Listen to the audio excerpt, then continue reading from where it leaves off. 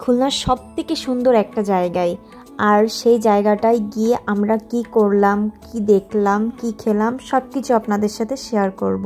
So hello, কেমন আছেন সবাই? নতুন আরেকটি ব্লগে আপনাদের স্বাগত জানাই। তো আজকে কিন্তু আমরা একা যাচ্ছি না, এই যে দেখলেন দাদা বৌদি আমাদের সাথে যাচ্ছে। আর এই যে সেই সবথেকে সুন্দর জায়গার মধ্যে এটিও কিন্তু একটি।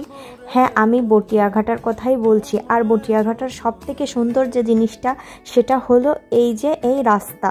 বটিয়াঘাটার এই রাস্তাটা যে এত সুন্দর তা আপনারা না গেলে কখনো কল্পনাই করতে পারবেন না। আর এই যে নদীটাই এখানকার মেন সুন্দর। সাপ্তাহিক ছুটির দিনে মনটাকে একটু রিফ্রেশ করার জন্য বটিয়াঘাটায় কিন্তু আসাই যায়। তো আপনারা কে কে এই বটিয়াঘাটায় এসেছেন অবশ্যই জানাবেন কিন্তু। তারপর আমরা বটিয়াঘাটা হয়ে চালনার উদ্দেশ্যে রওনা দিলাম। ওই যে দেখেন দূর থেকে রানা রিসোর্ট দেখা যাচ্ছে। যেহেতু আমরা ঘুরতে এসেছি তাই চালনার সুন্দর রাস্তাগুলো ভ্রমণ করে সন্ধ্যা নামতেই আমরা সি পার্ল সুন্দরবন ইকো রিসোর্টে চলে গেলাম। ঢুকতেই কিছু বাগান বিলাস মনটা কেড়ে নিল। রাতের আলোয় ফুলগুলো যেন তার সৌন্দর্য দ্বিগুণ বাড়িয়ে দিচ্ছিল। বাগান বিলাসের সৌন্দর্য উপভোগ করে তারপর আস্তে আস্তে পার্কের ভিতরের দিকে রওনা দিলাম। ভেতরে ঢুকতেই নদীর কূলের ঠান্ডা হাওয়া গায়ে এসে লাগলো। গরমের দিনে নদীর পাশের এই ঠান্ডা হাওয়া যেন প্রকৃতির এক অনন্য উপহার। নদীর কলকল ধ্বনি আর জলের ঢেউ খেলে যাওয়া দৃশ্য রিসোর্টটিকে করে তোলে আরও মোহনীয়। তবে এখানকার সৌন্দর্য উপভোগ করতে হলে আপনাকে কিন্তু রাতেই আসতে হবে। পরিবার, বন্ধু কিংবা একা সবার জন্যই এই রিসোর্টটি শান্তি আর আনন্দের এক স্বর্গীয় ঠিকানা।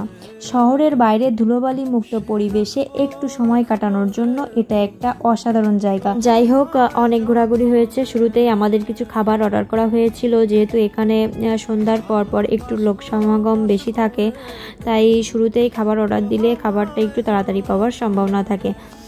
যদিও প্রথমে খাবার অর্ডার দেওয়ার কারণে একটু তাড়াতাড়ি এসেছিল, তো সেগুলোই খেয়ে তারপর আসা পথে আমরা একটু ভিডিও করেছিলাম।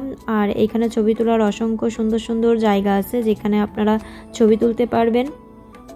এরপরে যে অবশেষে আমি একটু ভিডিও করে ফেললাম। দেখেন কাঠগোলাপগুলো কত বেশি সুন্দর, তাই না? আসলেই তাই। আর যেহেতু বাতাসে দুলছিল আরও বেশি সুন্দর লাগছিল। এরপর রাতে ফিরে যাতে আমাদের রান্না করা না লাগে সেই জন্য দাদা আমাদের দুঃখ কষ্ট বুঝেরা পথে একটা ট্রিট দিয়ে দিল। এটা 0 পয়েন্টের রূপকথার বিখ্যাত হাঁসের মাংস। অবশ্যই একবার ট্রাই করে দেখবেন। তো এই পর্যন্তই, সবাই ভালো থাকবেন, টাটা।